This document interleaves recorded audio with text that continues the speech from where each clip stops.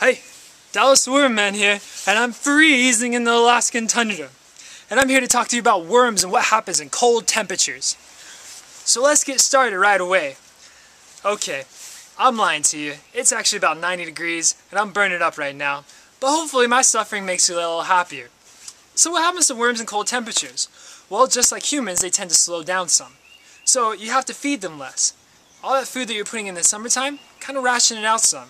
How much less? Well, just kind of play it by ear until you get the right proportions.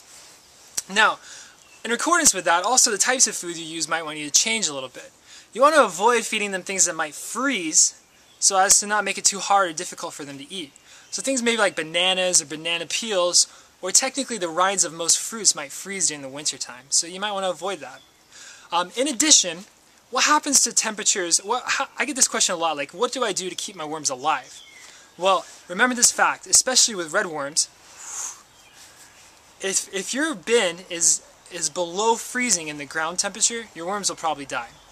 The good news is, before they die, they lay a lot of eggs. Mother Nature has a way of preserving itself. So when it heats up again and the temperatures come back to normal, you'll actually have more worms in your bin than when you started with when the cold season started. Which is pretty cool. Now, what can you do to keep your worms insulated?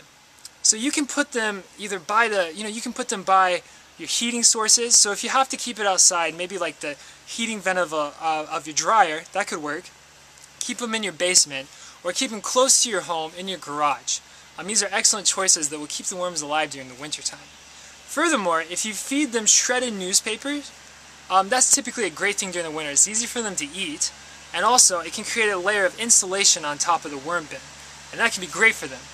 So, I'm Dallas the Wormman, and this is another great video from the freezing tundras of Alaska, talking to you about how to keep your worms healthy during the winter temperatures. Visit my blog at freecompostingworms.com, and thanks for watching this video.